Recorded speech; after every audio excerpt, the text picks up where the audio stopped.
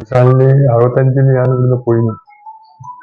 65 അത് പാസ്പോർട്ടിലല്ല. ഈ ബംഗ്ലാദേശ് ആദ്യവും പാകിസ്ഥാനാണല്ലോ, ഈസ്റ്റും വെസ്റ്റും പാകിസ്ഥാനല്ലോ. അപ്പൊ ഇവിടുന്ന് ഞാൻ കൽക്കത്തയിലേക്ക് പോയി. കൽക്കത്തയിൽ നിന്ന് ഏജന്റിനെ സമീപിച്ച് ഏജന്റിന്റെ ജില്ലയിൽ പോയതാണ് അവിടത്തേക്ക്, ധാക്കയിലേക്ക്. ധാക്കയിൽ നിന്ന് പിന്നെ കറാച്ചിയിലേക്ക് പോയി. കറാച്ചിയിൽ മൂത്ത ജ്യേഷ്ഠനുണ്ട് എന്റെ. അപ്പൊ ജ്യേഷ്ഠന്റെ കൂടെ ഇങ്ങനെ നിന്ന് പോന്നു. അപ്പൊ അവിടെ ആ വഴിക്ക് തന്നെ ബെർത്തും പോക്കും ഞാൻ നിന്ന്. പിന്നെ 72 യുദ്ധം നടന്നില്ല, 71 അതിന് ശേഷം പിന്നെ എല്ലാം ബന്ധായിപ്പി. പിന്നെ അവിടുത്തെ പാസ്പോർട്ട് എടുക്കേണ്ടി വന്നു. പാകിസ്ഥാനി പാസ്പോർട്ട് എടുത്തിട്ട് പിന്നെ റെഡ് ക്രോസിന്റെ ബീജ അടുപ്പിച്ചിട്ട് നാട്ടിൽ വന്നു. 75 അടിയന്തരാവസ്ഥയിൽ ഇന്ദിരാഗാന്ധിന്റെ ആ സമയത്ത് അവിടെ നാട്ടിലെ ഫസ്റ്റിൽ വന്ന്.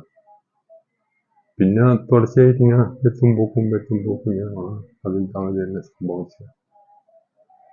പിന്നെ 2007 ഞാൻ സ്ഥിരം ആയി നിൽക്കാൻ കൊടുക്കാൻ വേണ്ടിയിട്ട് ഇവിടെ ബീജ എടുക്കാൻ വന്നു. അങ്ങനെ ആ വക്കീലിന് മുഖാന്തരം അയച്ചത് ഡൽഹിയിലേക്ക്. അതിന്റെ പിന്നെ ഒരു കാർഡ് വന്ന് സാധനം കിട്ടീനി എന്നുള്ള വിവരം കൊണ്ട് പിന്നെ ഒന്നും റിസൾട്ട് ആകില്ല.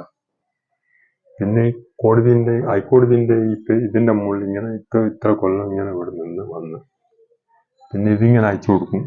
ഇത് 2 കൊല്ലം പോകുമ്പോ ഇത് 2 കൊല്ലത്തേക്കുള്ള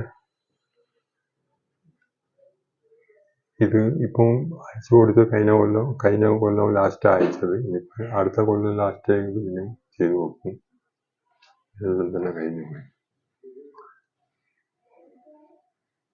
പിന്നെ ഇതിപ്പോ എല്ലാവർക്കും ഉള്ളമാതിരി ഉത്തരവാണ് ഇപ്പൊ എനിക്ക് വായിച്ചിട്ടുള്ളത്.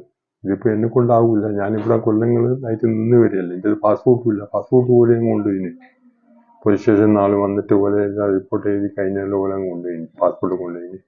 അപ്പൊ എന്റെ അടുത്ത് ഒന്നുമില്ല, ഒരു കള്ളാസും വിവരവും ഒന്നുമില്ല. അപ്പൊ ഇവിടെ നിൽക്കുന്ന ഈ വിസയും പാസ്പോർട്ടിലും നിൽക്കുന്ന ആൾക്കാർക്ക് പെട്ടെന്ന് പോകാനും വരാനും കഴിയും. എനിക്കത് സാധിക്കില്ല. ഇതെന്തെങ്കിലും സംഗതിയെല്ലാം ശരിയാക്കിയിട്ടല്ലേ പോകാൻ കഴിയുള്ളൂ. ഇതിപ്പോ രണ്ടാമത് തന്നെ ഹൈക്കോടതിയെ സമീപിക്കണം. അമൃത, കോഴിക്കോട് ജില്ലയിൽ 4 പേർക്കാണ് ഇപ്പോൾ പാക് പൗരന്മാരെന്ന നിലയിൽ നോട്ടീസ് ലഭിച്ചിരിക്കുന്നത്.